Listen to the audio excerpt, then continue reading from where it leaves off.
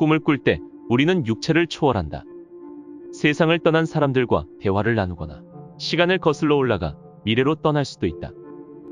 우리는 전적으로 스스로가 만들어낸 초월적인 잠재력을 가진 세상 속에 존재한다. 신경외과 의사이자 뇌과학자인 라울 잔디얼에 의하면 인간은 꿈의 창조자인 동시에 꿈이 만들어내는 기묘한 세계에 무력하게 참여할 수밖에 없는 꿈의 종속자이기도 하다.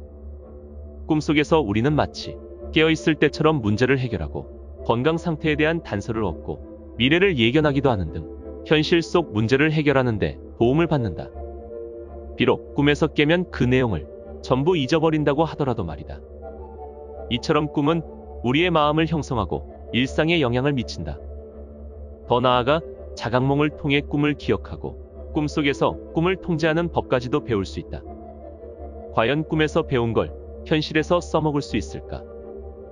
매일 밤 기억에서 사라지는 꿈을 기억해내야 하는 결정적인 이유가 있다.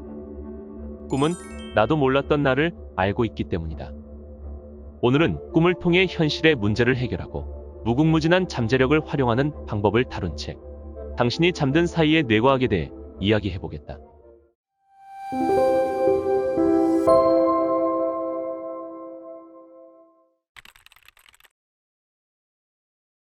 감정이나 시각을 관장하는 영역은 깨어있을 때보다 꿈을 꾸는 동안 오히려 더 많은 에너지를 소모한다.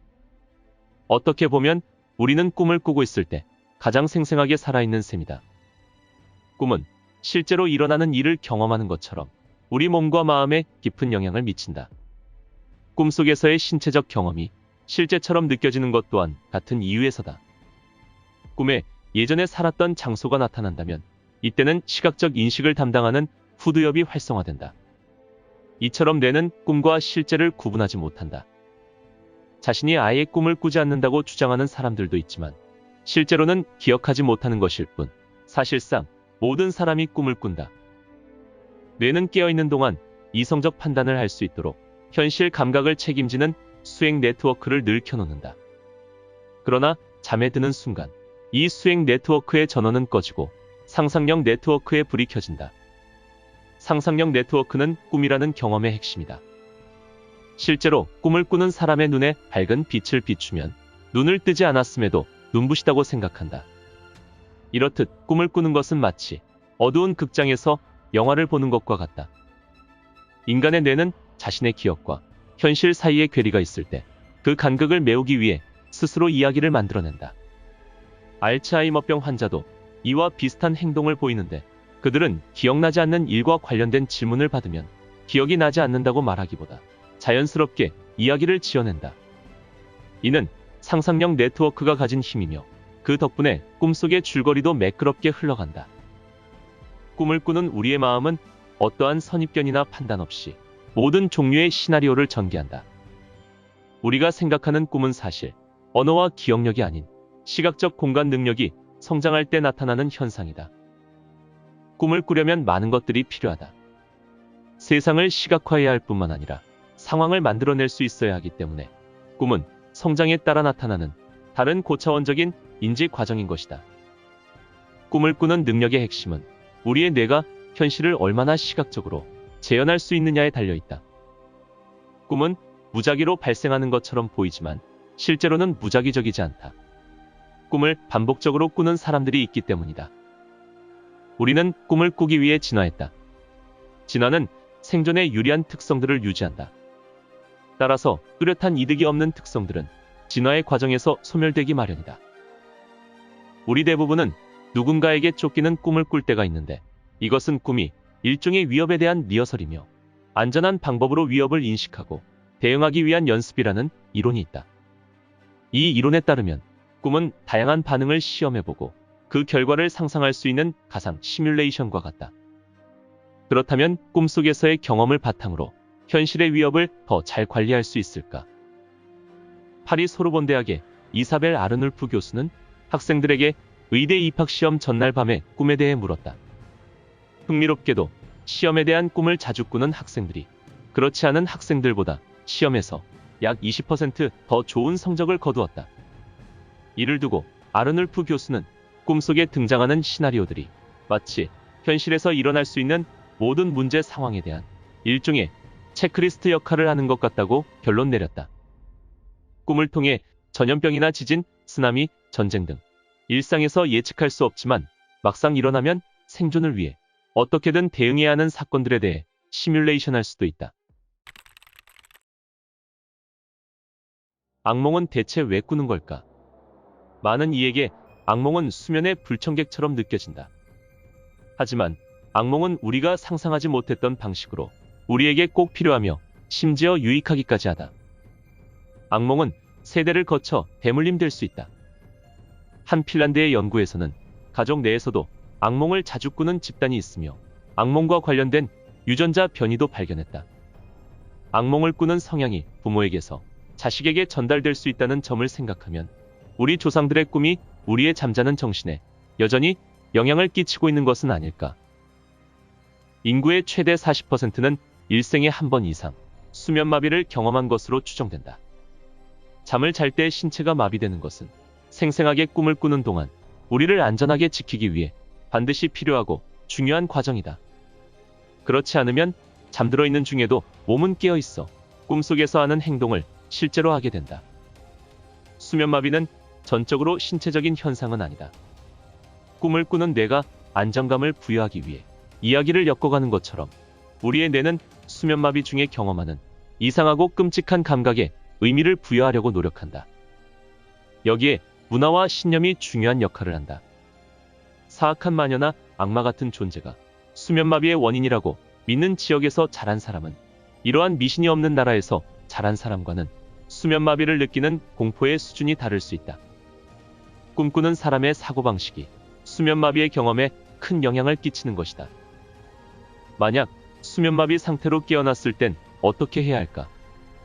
중요한 것은 깨어있는 정신을 이용하여 이 초현실적이고 끔찍한 상황을 받아들이는 것이다. 공포와 두려움은 마음이 만들어낸 것이다. 바로 그 마음을 이용해서 두려움을 가라앉히고 공포심과 싸우는 것이 가장 현명한 방법이다. 수면마비를 경험할 때는 억지로 움직이려고 하지 말고 지금 일어나고 있는 일은 일시적인 현상이며 실제로 두려워할 이유가 없음을 떠올리자. 우리의 악몽은 정교한 상상력의 극치다. 꿈을 꿀 때 주인은 내면으로 향하고 상상력 네트워크가 활성화된다. 하지만 그렇다고 해서 그것이 자율적으로 작동한다는 의미는 아니다. 꿈은 마음 상태에 크게 영향을 받는다. 즉, 우리 자신이 꿈에서 능동적인 역할을 할 수 있다는 뜻이다. 연구자들은 자기 암시를 통해 꿈을 특정 방향으로 유도할 수 있음을 보여주었다. 나는 어떤 것에 대한 꿈을 꾸고 싶다라고 잠들기 전에 소리내어 말해보라. 꿈에서 만나고픈 사람을 머릿속에서 구체적으로 그려보는 것도 좋다. 꿈은 시각적인 현상이기 때문에 이런 방법들은 꿈의 언어로 말하는 것과 같다. 악몽은 모든 꿈과 마찬가지로 상상의 산물이기 때문에 악몽의 근원이 되는 상상력을 이용하여 악몽의 끔찍한 순간에서 벗어날 수 있다. 자각몽은 만성적으로 악몽을 꾸는 사람들에게 효과가 있다. 자각몽을 꾸는 사람은 악몽을 꾸는 그 순간 꿈속에서 바로 변화를 줄 수 있다.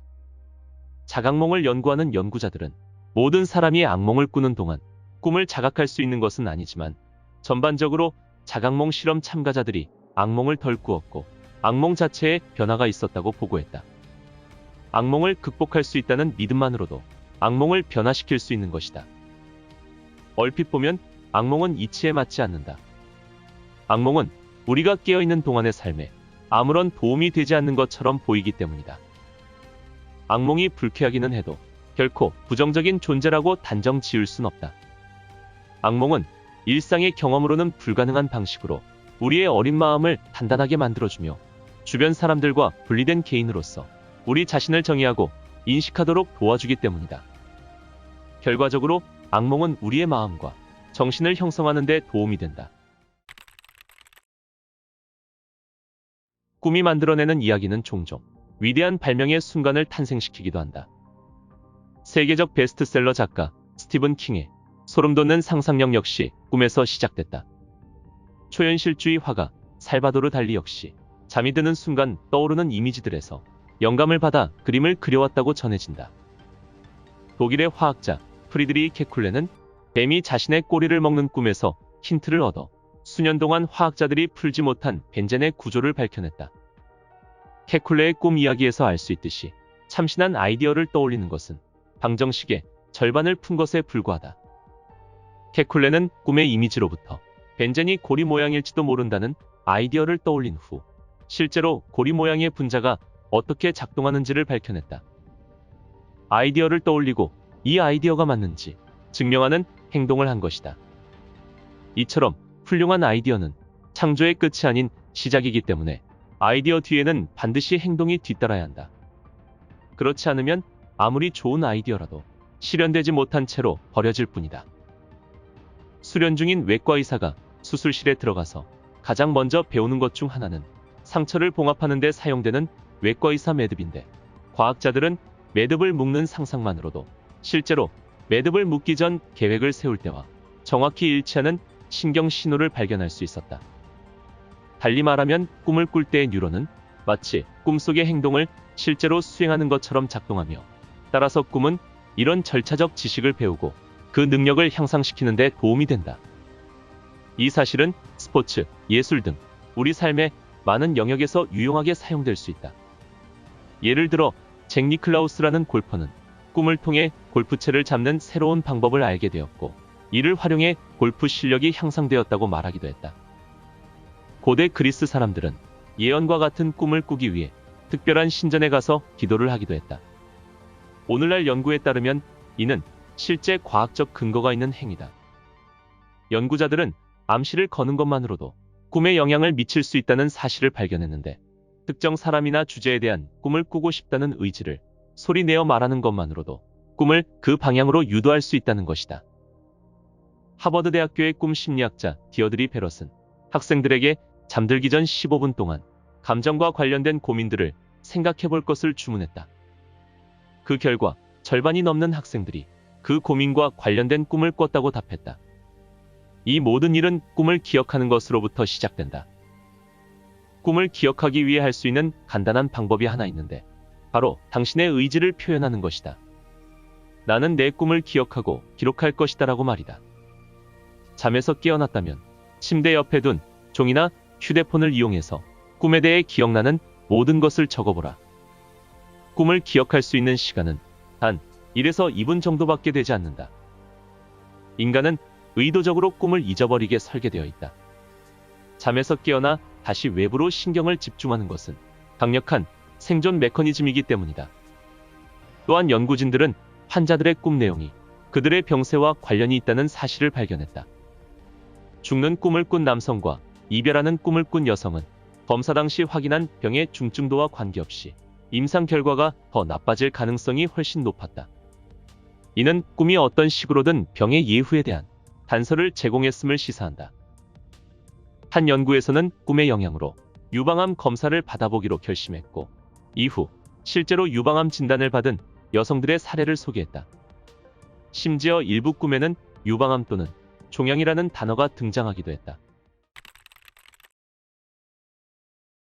역사적으로 자각몽은 정신 수양의 수단으로 사용되어 왔으며, 종교에서는 깨달음과 신성한 세계로 통하는 문으로 여겨왔다. 한 실험에서는 자각몽을 꾸는 사람들에게 자각몽 속에서 신성한 세계에 도달할 수 있도록 신성함을 경험하고 싶다 등의 문장을 만들고, 이를 하루 동안 반복해서 말하고 떠올리라고 요청했다.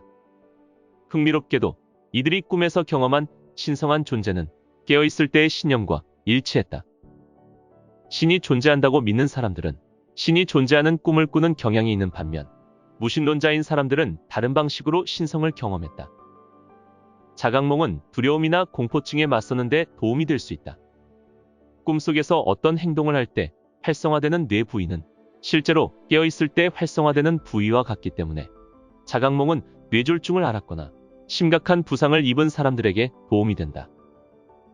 루시드 드림의 세계적 권위자인 스티븐 라버지 박사의 보고에 의하면, 어느 컴퓨터 공학자는 프로그래밍 문제가 막힐 때마다 꿈속에서 영감을 얻어 문제를 해결했다고 한다. 그 컴퓨터 공학자는 자각몽 속에서 아인슈타인을 만나 프로그램에 대해 논의했고, 해결책을 찾을 때까지 함께 칠판에 순서도를 그렸다고 했다. 수술로 뇌의 절반을 드러낸 아이들도 꿈을 꾼다. 즉, 어떤 상황에서도 꿈은 자신을 드러낸다. 우리는 다른 방법으로는 얻을 수 없는 통찰력을 꿈을 통해 얻을 수 있다.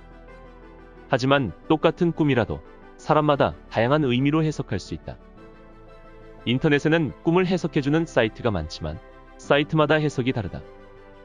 각자의 마음속에 있는 재료에 따라 만들어내는 것이 다르기 때문이다.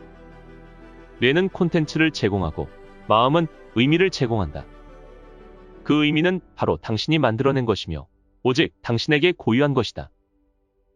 개개인의 천재성은 인간의 시스템에 내장되어 있다. 꿈은 의식, 인지, 감정의 깊이와 복잡성을 보여줌으로써 자신의 온전한 자아가 드러날 수 있게 해준다. 누구나 꿈을 해석할 수는 있지만 통역사 역할을 할 수 있는 사람은 바로 나 자신뿐이다. 꿈 안에서 깨어나 꿈을 조절하고 새로운 아이디어를 얻고 싶은가? 당신이 잠든 사이에 뇌과학이라는 책과 함께한다면 자각몽을 유도하는 쉽고 간단한 방법을 통해 당신 안에 숨겨진 놀라운 잠재력을 발견할 수 있을 것이다.